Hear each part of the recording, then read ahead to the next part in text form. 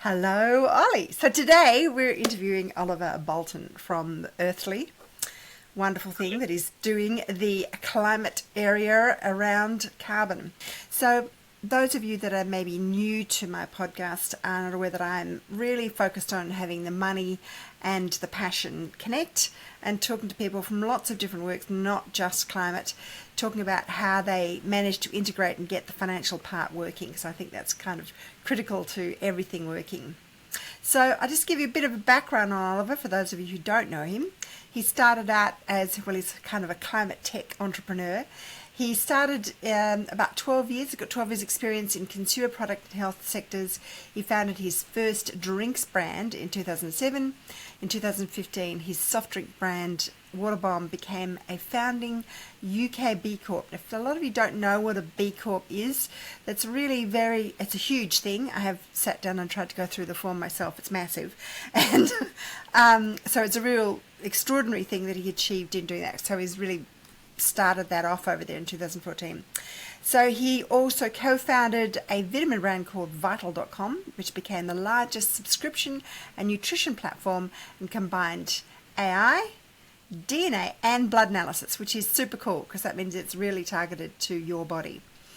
Oliver was a recipient of Sir Richard Branson's Virgin Prize in 2017, which came with a £3 million prize support package. And in 2018, I'm assuming, and he can elaborate on this, he used that little fillip to help pivot and from the consumer stuff and go into the climate area. I have been researching Ollie a little bit and listening to all of his videos, so I know that around one of the times in this, I think it was 2005, he had his first child. Yeah. And I think I had a similar experience when I had my first children in 1998, where I went, oh my God, what are we doing here? And you start becoming a lot more intimately conscious about your interaction with the world around you because of this little creature you've just created. So, and it becomes, I think, a lot more personal. I think up until then it could be a little bit random, but it becomes very intimately personal. And I would say that we share this journey in trying to find a way to make that work. So he has gone on to become the founder of this company, CEO of Earthly, which is a marketplace that connects businesses with high integrity nature-based solutions. And one of the things that he did do is he developed a 106-point metric with which to vet the projects, because obviously the biggest thing everyone goes on about these days is greenwashing. More on that in a minute, because it has affected both of us. But I mean, I'd have to say, in everything that I've seen you do, Ollie, integrity has been the key factor, and one could say a limiting factor for getting things going at a very big scale, because I've been watching the programs that you're doing, and you're doing really what I call the high end of things, with philanthropy and large estates and all that sort of thing. So is there anything you wanted to add to any of that I missed in all No, I that? think that's really thorough. Yeah, just to say, yeah, Earthly, my main focus. I'm co-founder with my co-founder. We set it up in 6 years ago now. So Is that Mark? Is that his name? Mark? Lorenzo. Lorenzo. I don't know Lorenzo. where I got Mark from. Okay. Yeah, no. Mark was actually an advisor. He was running Ella's Kitchen, and he was an advisor to my drinks business. Oh, He's okay. the plant-based meat business. But yeah, he was the one that recommended B Corp in 2015 and was like, look, you guys have to do it. So it's thanks to him that I got connected, to the B Corp community, and kind of that started my whole kind of journey using business as a force for good, I guess. So would you say, because this is kind of my beat on it, that the ESG laws, which I think are now global, I know they came out in Australia in January 1, and other countries it was earlier than that, certainly for corporations. I don't know about how far it's filtering down, but certainly big corporations with large. I would have thought, looking at the ESG frameworks, which I've had a bit of a look at, and having attempted to go through the B Corp form, that they pretty much amalgamate each other. They kind of would be about the same thing. Would you agree? Yeah, I mean, B Corp's very thorough. It's got the 5 kind of areas of impact, and so yeah, it's more detailed, more thorough. But what I've always said, I've actually done 4 bee impact assessments now, 2 with my previous company and 2 with Earthly. I think what's really interesting is just going through the assessment, whether you get enough points to become a B Corp or not. It's a really good like sustainability audit of your company, and it shows your strengths and your weaknesses. And I think just going through that process is really fascinating, and it's free to do that as well. It's just such a big thing, though. There's so many points to it. It took me 8 hours to fill the form in, and it was just me. I was just thinking, Yeah, well, look, I mean, I failed. And I was like, no, I'm doing everything right. I think it's a time commitment for sure, and the bigger your company, the longer it takes. But what we've done in the past is we've said, right, there's 5 sections, and we divide and conquer, and we say, right, you do this section, I do that section. But I think it's really important that the senior leadership are involved. You know, I've sort of seen some examples where they'll delegate to a junior member of the team, and first of all, some of the data sensitive, so there's conflicts there. But secondly, I think it's symbolic. If the C-suite or the senior leadership are pushing it forward, then the whole company is more likely to get buy-in and to support gathering the data and being a part of the process. So that's one thing that I always recommend to companies is getting the senior leadership involved. I don't actually think you could do it without being involved, because it's pretty much affecting all your major decisions, your corporate decisions, because it's a bit like, well, all the things people know, like occupational health and safety, you could say, oh, nobody knows about it, but they get drilled into them on a construction site, you've got to wear a helmet, or people can't walk out with a high-vis vest, something, basic. And eventually everybody becomes aware of it, even if they hate it. And so even the smallest person in terms of decision making gets involved. But if the top doesn't know about it and they walk in and do it, it's like they're liable in such a big way. So I would imagine it's very similar in the B Corp space. It's such a cool idea, but I just sort of thought the practicality of actually doing it, having now been trying to get farmers carbon, like I think we had some interaction. I don't know if you know that I tried to get, that I was trying to put carbon pump through your metrics, and I just see, like, the biggest thing that I've observed is the farming area is the one area we have to change.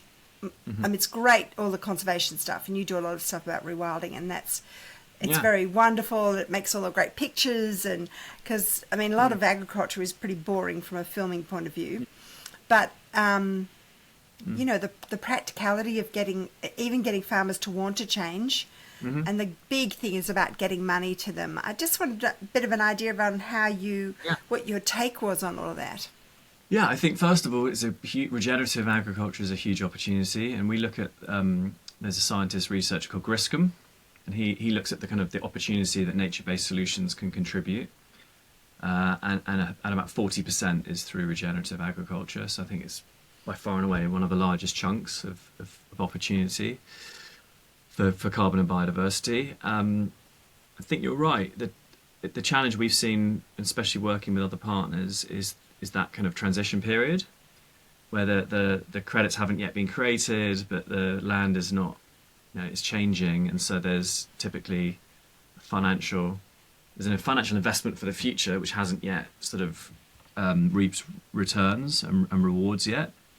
So I think that's been one of the biggest challenges that we've seen in general with farmers transitioning to more regenerative models. I think that's why partners that have an approach where they kind of upfront some of the funds to kind of balance out that cash flow sort of situation seems to be the most sensible way to approach it. Well, in Australia, maybe the issue is that the land masses, the farms themselves, are so vast and and marginal for the most part, and the biggest way of changing them, it does often involve millions and millions of dollars of upfront cost in fencing and water troughs and changing the way the animals are moved, and those sort of things, which are very difficult to see with the carbon market itself being so problematic, like unstable. How to get that sort of moving? I see it's such a big issue. I'm probably more aware of it because of the size of the farms here. There's just absolute lack of willingness to do it over here.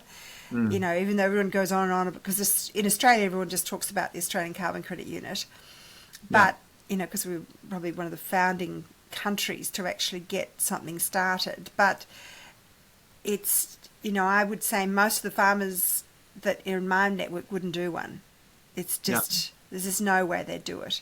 And even farmers that I know that have done extraordinary work, that are getting 10x what everybody else is getting in terms of carbon sequestration using natives and just a whole range of biodiversity things, really. They say there's no way normal farmers would do it. They're doing it because of a passion for it. And yet, he said even for him, this one guy I'm talking about, he said the price has to be a minimum of, let's say in Australia it's 35 Australian dollars, which is only about, I don't know, whatever it is in pounds, but it's really only relative to what your own money is buying and paying for. And, that it had only hit that price, let's say once, and that's a government-backed credit.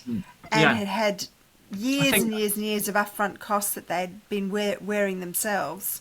And I just thought it was nightmarish listening to all the things that the farmers have gone through. I was just curious how it would be. I mean, I know you're in lots of countries, but...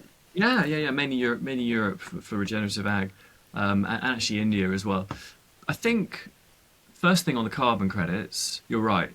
There's been huge issues in that market, but we have the tools available now to screen projects and to see what's good and what isn't.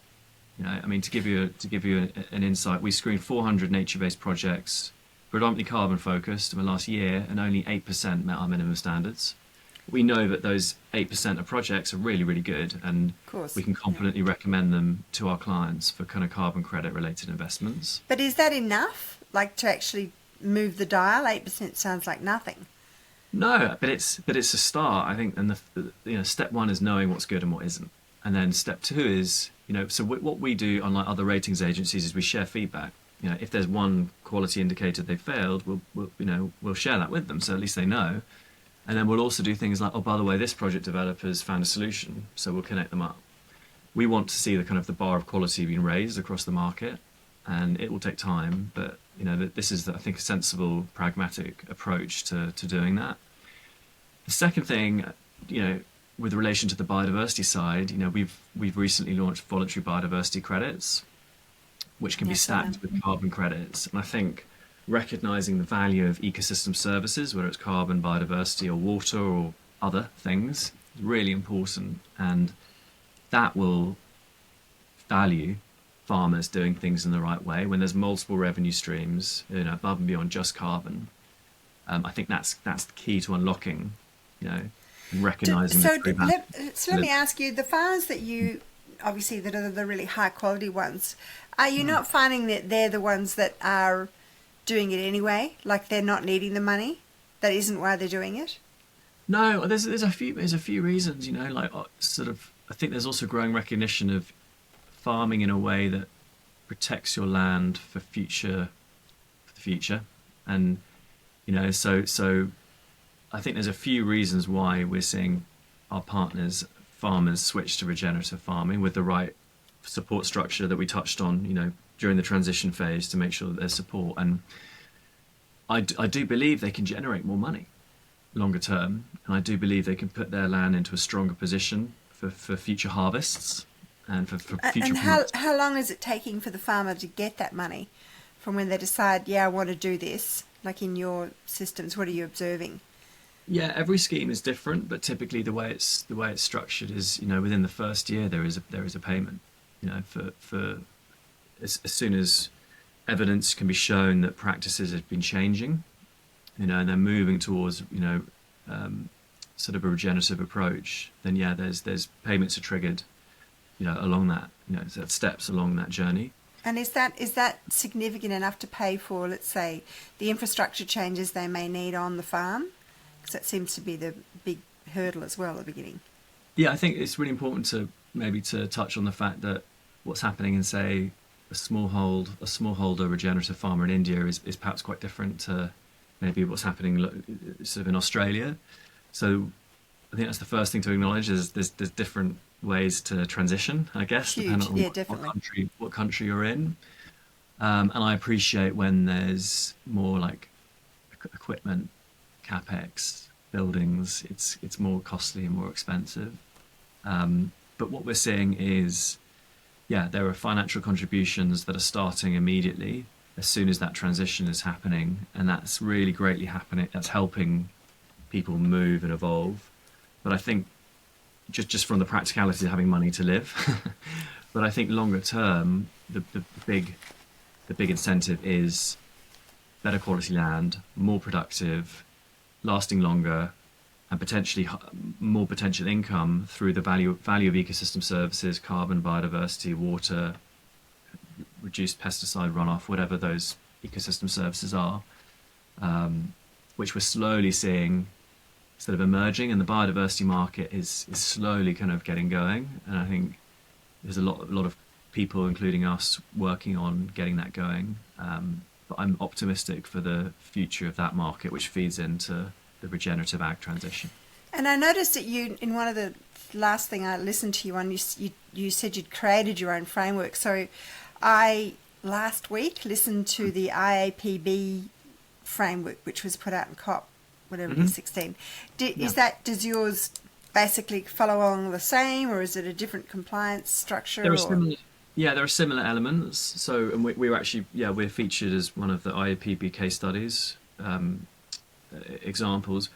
In the UK, we're in a unique position. We have this compliance biodiversity net gain market where we have BNG units for property developers. But basically, if you build a new development, you need to offset the biodiversity impacts by 110%. You can do that on site, green roofs, the land around the development, or you can do it off site. So we have a kind of government approved system and approach, which legally, so a BNG unit off-site is legally protected for 30 years for biodiversity net gain. The challenge with a BNG unit is they're quite big, and typical costs can be around £30,000, so $40,000 US dollars. And so what we've done is we've just taken that approach, which is backed by DEFRA, Natural England, and we fractionalized and we split these big BNG compliance units into 9 square meter voluntary biodiversity credits. So it's protected under a 30-year legal agreement, but it's kind of government linked. And so one voluntary biodiversity credit is 9 square meters, and it starts from about £150, 190 US dollars. So that's almost better then, or a lot better than different. carbon. Yeah, it's a different, whereas a carbon has an annual thing. This is a 30-year commitment to the area of land. So they don't get paid until the 30th year, or what are you saying? No, they get paid up front. Right. So do they have to pay it back if they destroy their biodiversity in that 30 years? I mean, not saying they would, but how is that commitment sort of monitored? Yeah. So there are fines basically. So there's the two main routes you can have is one is with the local planning authority, Section 106. So we've created parallel legal agreements based on the compliance market, but in that case the local authority will fine you. And then the other route is a thing called a conservation covenant, and you have these responsible bodies who are policing these, and they have the powers to again fine. So there are kind of deterrents there for people that don't do what they say they're going to do. But it's not like you have to pay all the money back, because obviously most of them are getting the money in order to fund doing stuff.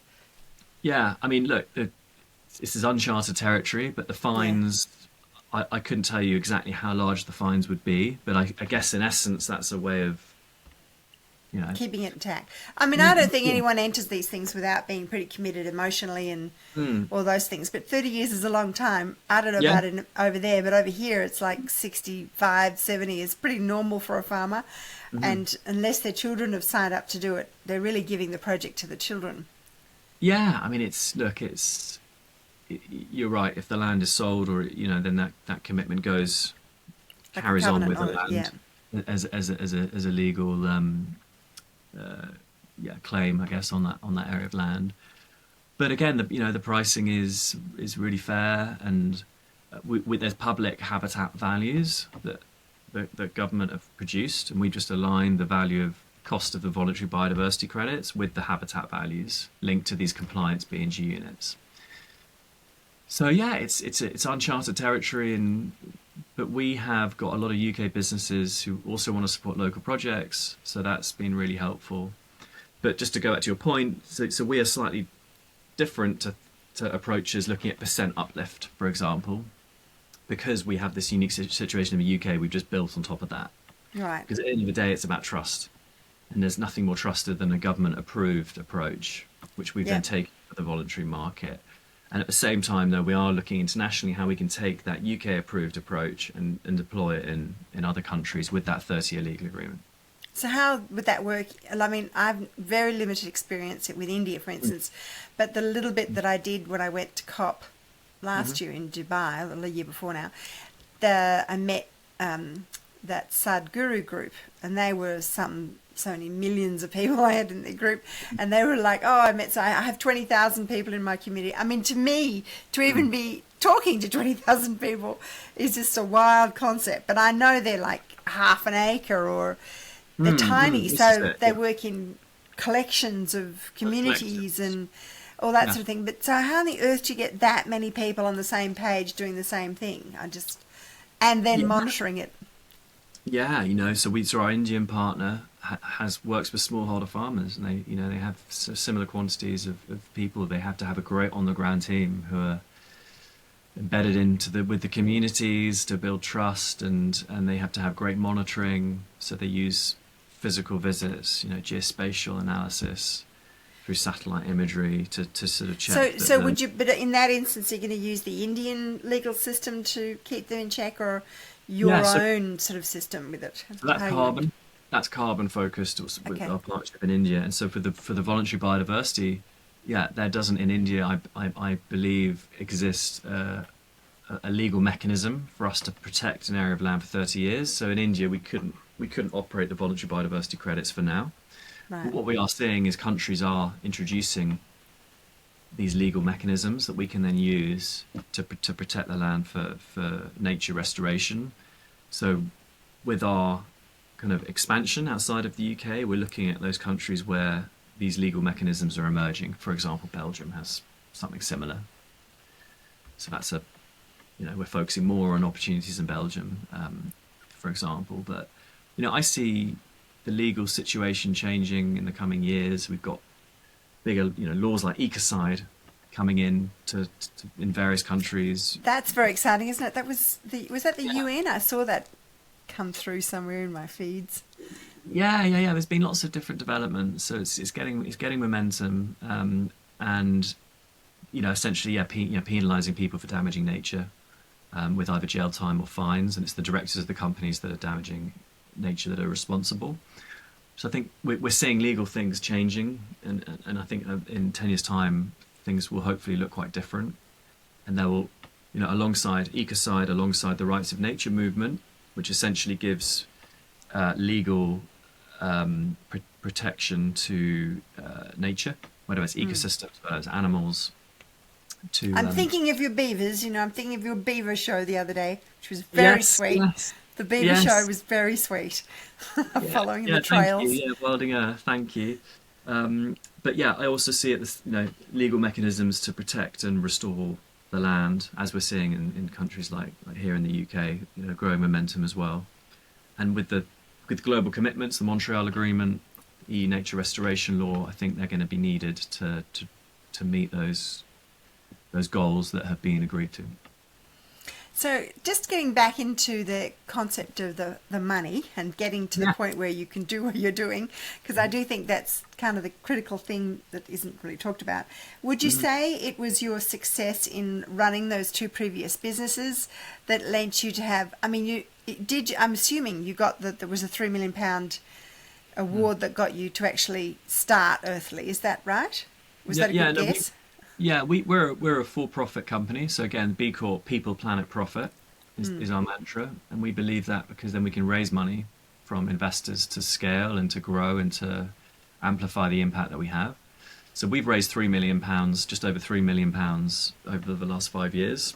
Outside of that award, not to do with the Virgin thing. Outside, Oh, that's great. Why didn't you add them together? That's $6 million. Yeah, well, no, so the Virgin was actually linked to my previous business, the drinks business. Yeah, so So yeah, so we've that's funded the company, and then we work with corporates. We have 700 businesses around the world, and we typically charge a transaction fee for investments into nature, and that provides us with an income that enables us to expand and to grow and to reinvest into our business.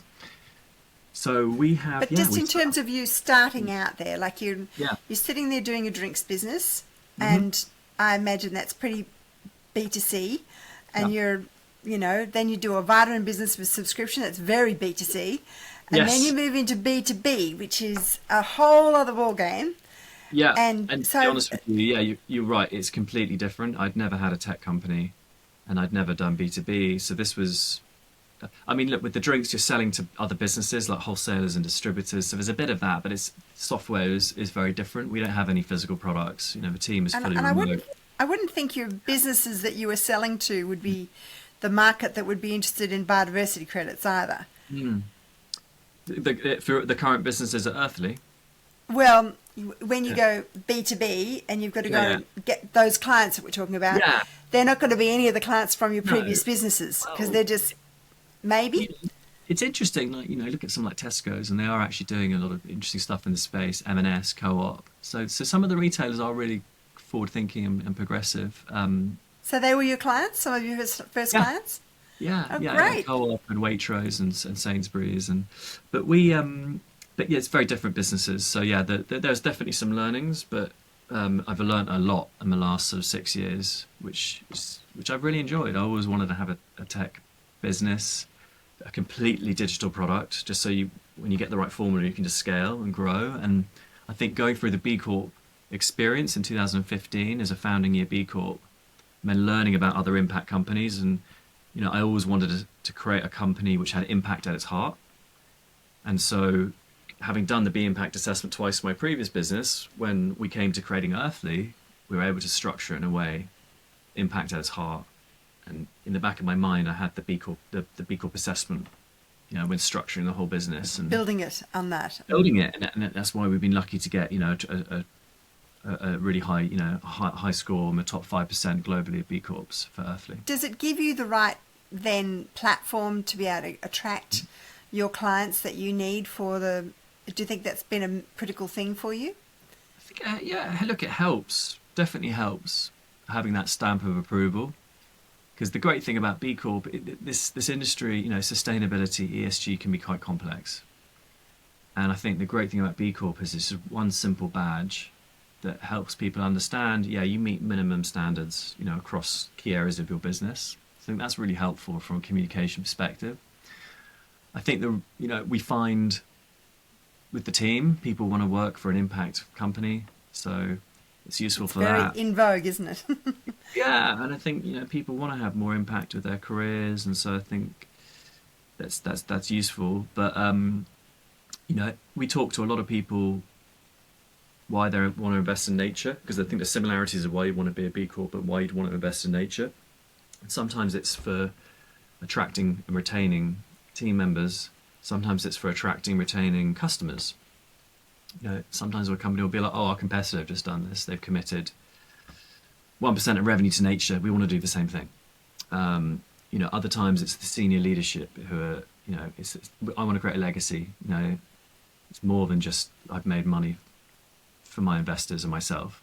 I want to have shown I've done good in the world. So it's really fascinating, actually, all the different reasons why people want to do the right thing. Often people will be like, I can see the writing on the wall that it's legally we're going to need to do this, so I want to get ahead of it now. And so, yeah, that's been really interesting. But the B Corp movement, I think it's 3,000 odd people. There were 60 of us that first year in the UK. It's now 3,000 odd in the UK, but it's still a tiny percent. If you look at the amount of UK companies, Yeah. several million registered. There's bigger companies who are in that 3,000, but there's still a great opportunity to expand it out, and have more impact. So do you see yourself being in this business as it is for, decades, or Yeah, you sure. don't know, or? Look, with Earthly, who knows what will happen? We there's lots of interesting partnership opportunities that are emerging, where people can combine and ultimately have more impact together. So who knows what our future looks like at Earthly, but from a personal perspective with my career, yeah, I've committed to focusing in this space, nature tech and climate tech, for the rest of my career. And are you loving it? Because it's constantly an opening journey that you're learning from. Absolutely, yeah. I mean, yeah, every day. I love going to work. I love, we map all the impact that the projects that are being supported are having, so we kind of have all that tangible impact data around the people and the animals and the nature that's being supported. So yeah, I'm incredibly lucky, I think, to be working in this space, and yeah, I wanted to, as you said, my journey was when my son was born and the IPCC launched their 1.5 degrees report in 2018. And that was when a lot of mainstream press picked up on the severity of the climate crisis and biodiversity crisis. And kind of, I did a lot more research. And when I understood the severity of the situation, I was like, how can I not focus my career? Did you say 2018 is when you got interested in this? Yeah. Oh, I mistook that. I thought it was your son was 5. I must have got the numbers wrong when I was listening to it. No. It's just interesting to me because I've been on this same journey since 1998. So like this is 27 years now for me.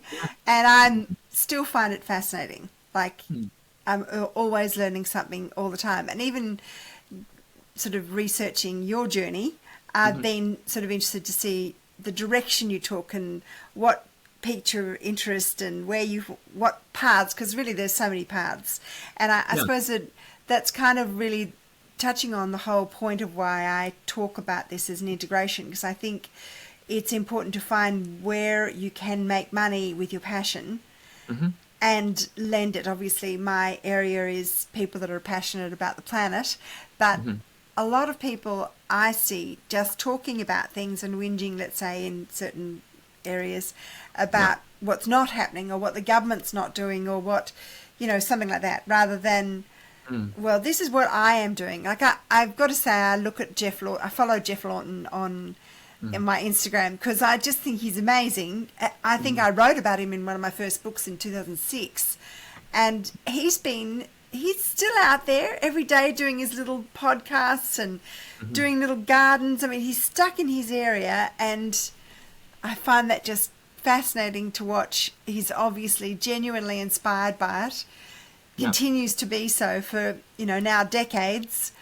And I find these people so wonderful that are out there on the land doing stuff and have carved a niche out to be able to financially keep going. Because I do know a lot of people that have done some extraordinary work that are really starting to feel exhausted with that, like a little bit like what we alluded to with the greenwashing, that it's cut a lot of people out. Like I think Vera put half their clients off, and there's been their staff, and there's been quite a lot of culling back. I would say probably had to happen because there was maybe a little bit too much bravado going on, not enough real things going.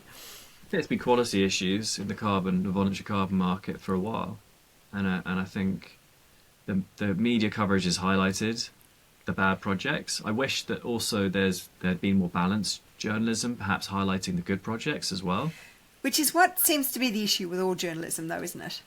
Yeah, well, yeah. Look, I appreciate the need for getting reach and views and versus a balanced argument, which is maybe less salacious. And I think, look, I think the challenge that we have is, as I said earlier, we have the tools to screen projects, so we can, corporates can confidently invest into carbon-based, nature-based projects because they have the tools to screen and monitor now. But the challenges with the general public is because there's been a few higher profile articles about carbon credits showcasing bad projects. The general consensus is all carbon credits are low quality, which just isn't the case.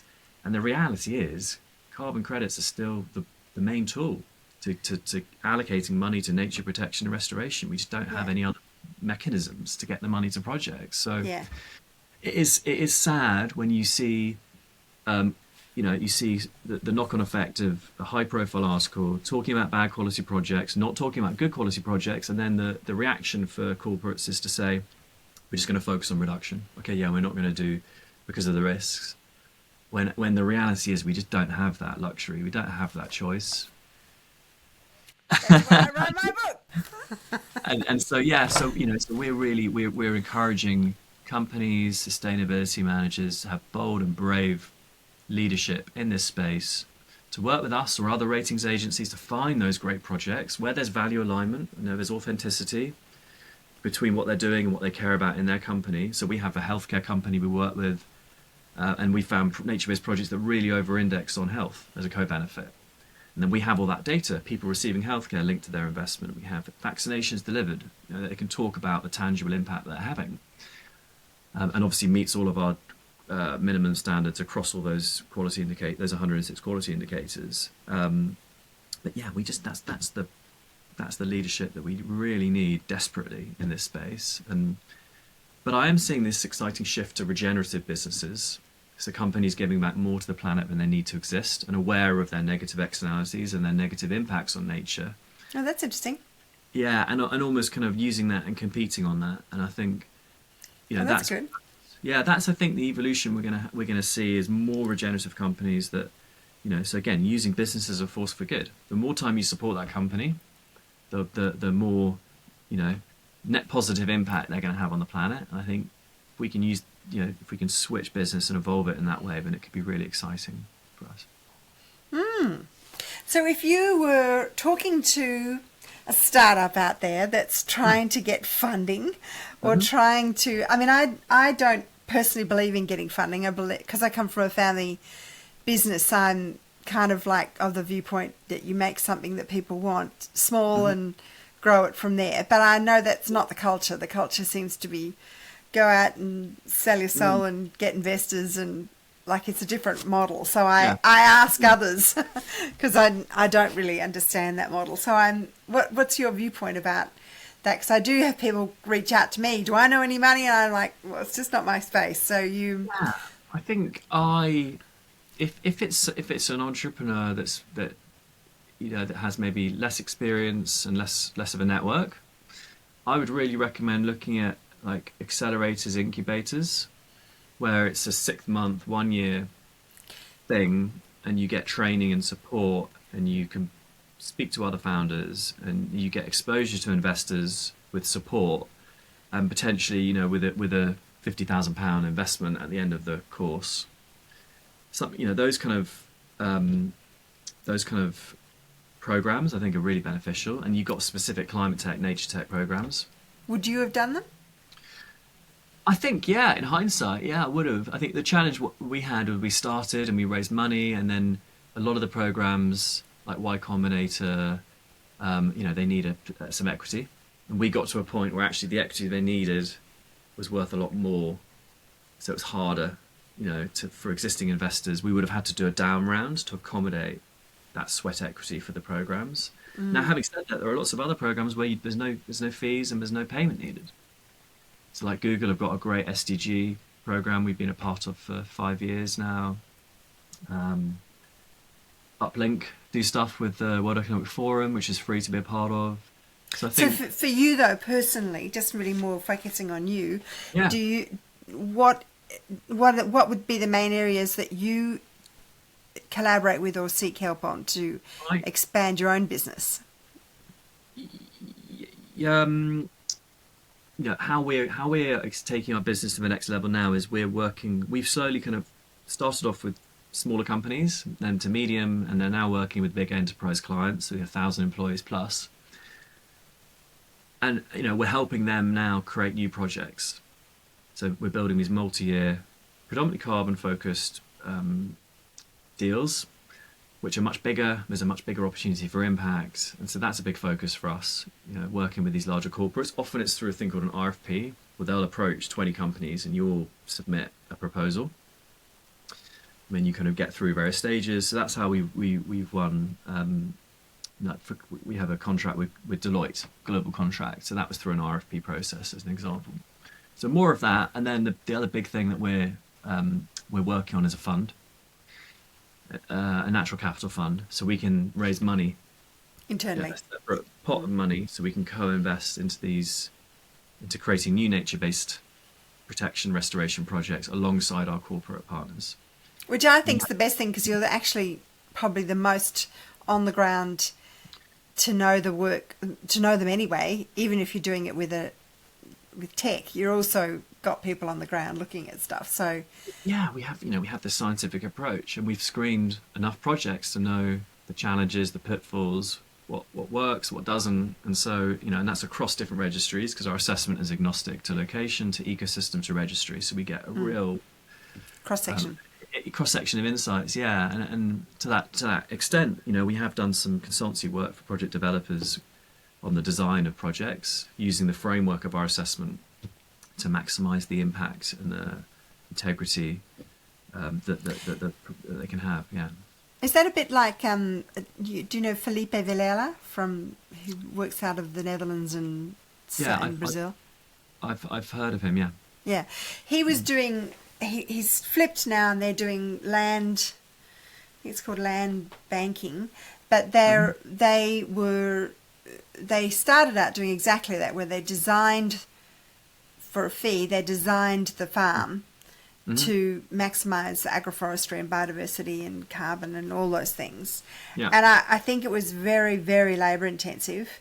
And I do see, well, personally, I see that's one of the critical things, is the knowledge on the ground, because people seem to want to think you can just use a recipe, and it's very specific to the land in front of you, what you can do with your weather, your soil, your conditions, how many people you've got, whether you've got a family, how much money you've got, all those things. And I think that's certainly what I run into, is that corporates have this very strange viewpoint that everything can just be done with an algorithm or, a recipe. Well, don't you have how they all do it? They all just sign up and do it. I said, they won't sign up and do anything. They're all going to be talked into it on a one-on-one basis. So this is it. And like when we're screening projects, we look at community engagement in the design of the project. We look at benefit sharing. What percent of revenues is the community getting? Is there free and prior informed consent? And so, these are all things that we look at. And with our assessment, a lot of it is still, there's a manual element. You can't automate it. You can't use AI for everything just yet. And I think we're expecting way too much out of AI. I think that we are in uncharted territories, and when we go past artificial general intelligence to artificial superintelligence, no one really knows how that will impact us. But I think, ever the eternal optimist, I think there's lots of ways we can use that to accelerate nature protection and restoration around the world. Learning and automating elements and just bringing the costs down. So I see it as a tool that can help us do more good in a shorter space of time. So I'm going to touch on a question. I'm just curious, because I'm not over in Europe, and I have been reading about the number of farms that throughout Europe are being abandoned, just being walked off because there's no money in farming.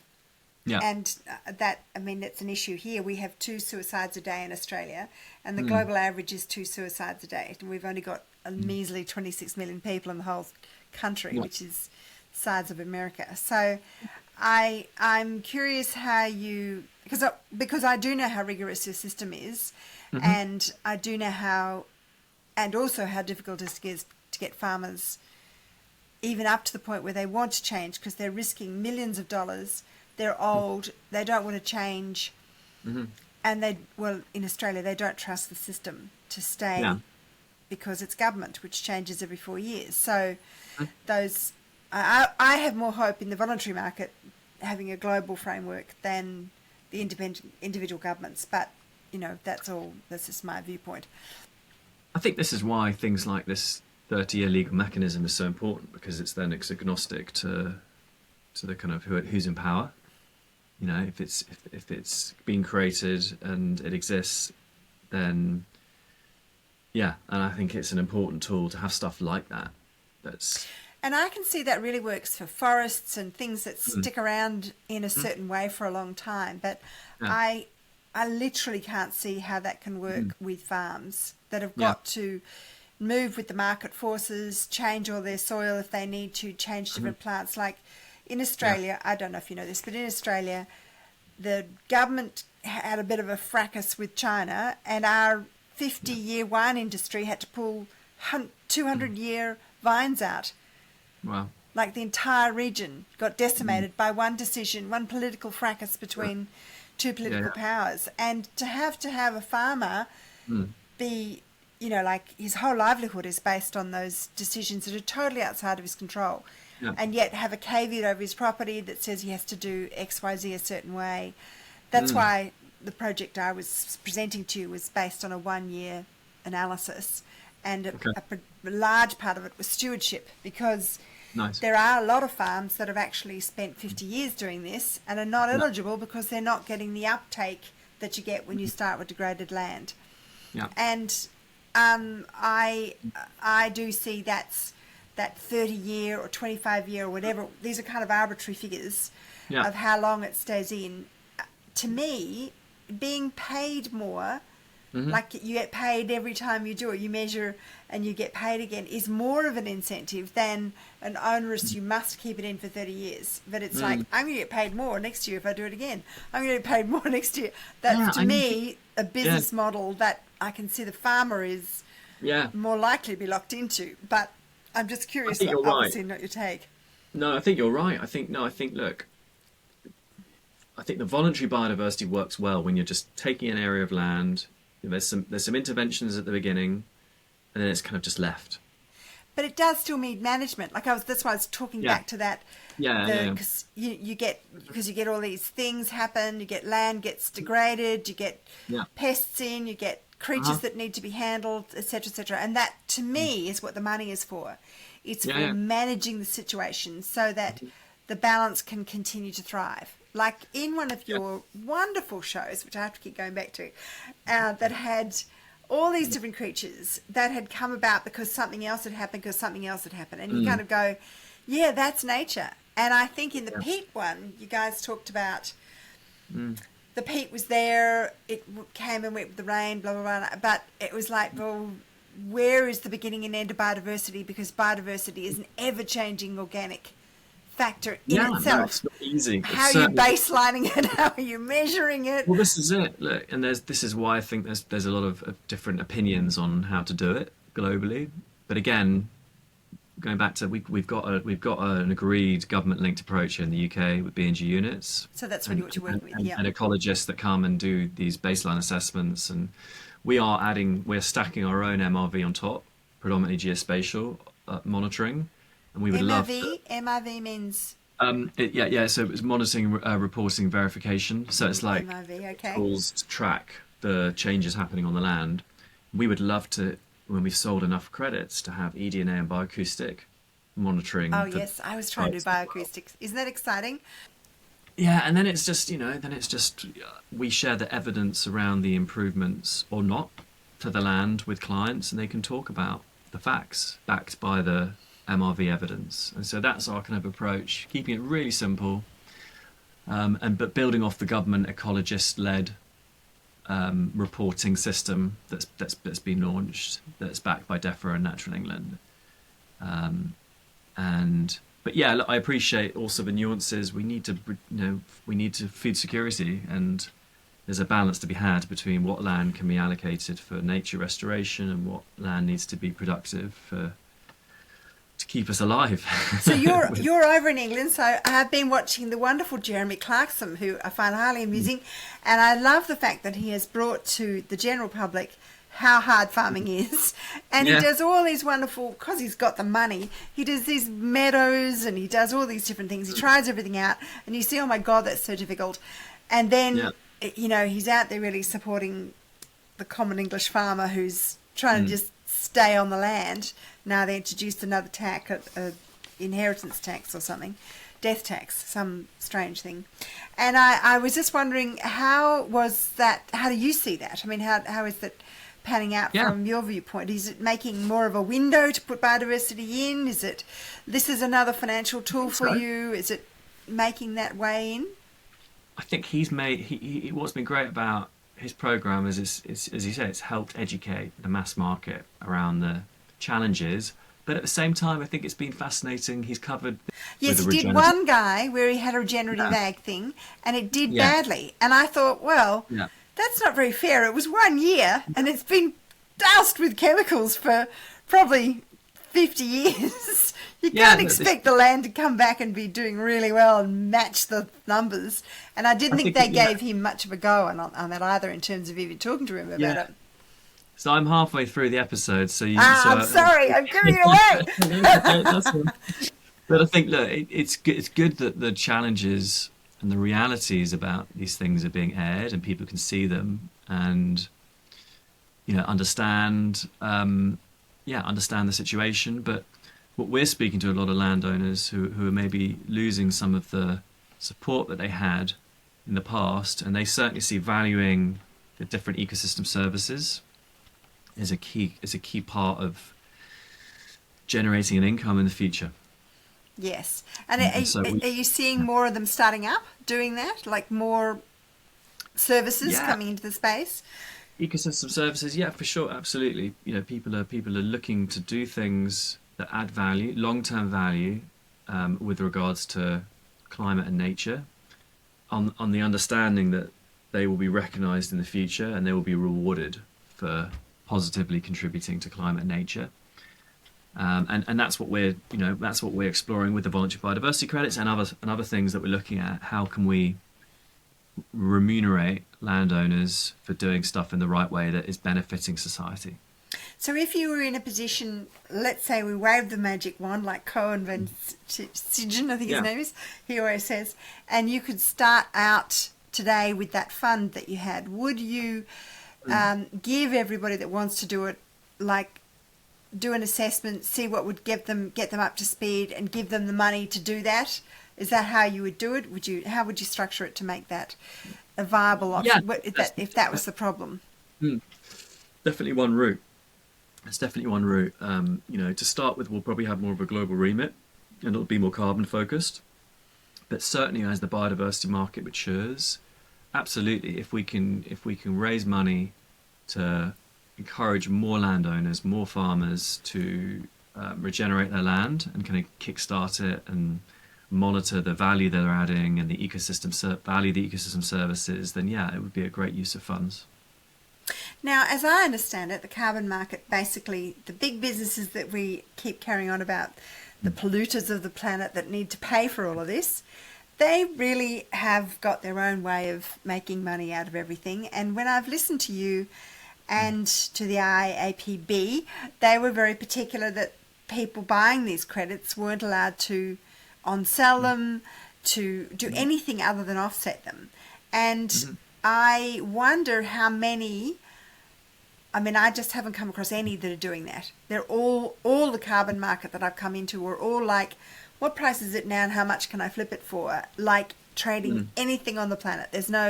Wouldn't matter if it was toothpicks or gold. A carbon credit was just another sort of thing. Now this parameter that both you and they said is like, wow, how many people have you got willing to do that? Because look, if you look at who's retiring carbon credits rather than holding them and trading them, yep, some of the most progressive companies with regards to carbon reduction commitments are actually retiring the most amount of credits. So I think there's a really nice correlation there between people who genuinely are doing good and who are, from an investment perspective and a change perspective. I can't remember the report that covered it, but I'll send a link to you, so if you want to share it maybe in the description if it's of interest for anyone. sure. So I think, I think that's a real positive that maybe goes against that assumption, perhaps. Well, let's say as the number is always thrown and bandied around, of the $46 trillion that's invested in sustainability, all waiting for the potential to deploy it and not doing so. This is the rhetoric that I've been hearing for a few years now. Of that, how much of that, as a percentage, would you say is spending money in this space and retiring it? Like, is that 10% of it? I can tell you off the top of your head. Well, even would you say most of the people buying from you are retiring it? Yes, yeah, absolutely, yeah. Because of the quality that you're working with. We manage the transactions. No one is buying and not retiring. I can't think of any example where, and we actually retire most of the time the credits for our clients, so we can see that that's happening. So yeah, so I think that's, we don't want to be just working with people who are speculating on and buying. And I see there's a role for that in the market, but that's hasn't been our focus at Earthly. No, Yes, I do. Apologies, sorry. not a problem. I've It's blocked been off an lovely hour. talking to you, and Yeah. we did do an hour, which is wonderful. And there's Yeah. an infinite amount to talk about in this space, really. So I just wanted It to is touch on great. the money. Thank you for joining me, and Thank I you so wish you much. so much Yeah. luck into 2025. I feel it's going to be a very positive year. Thank you. Likewise, and really, really enjoyed speaking with you. Thank you for having me. Bye. Thank you. Bye. Bye.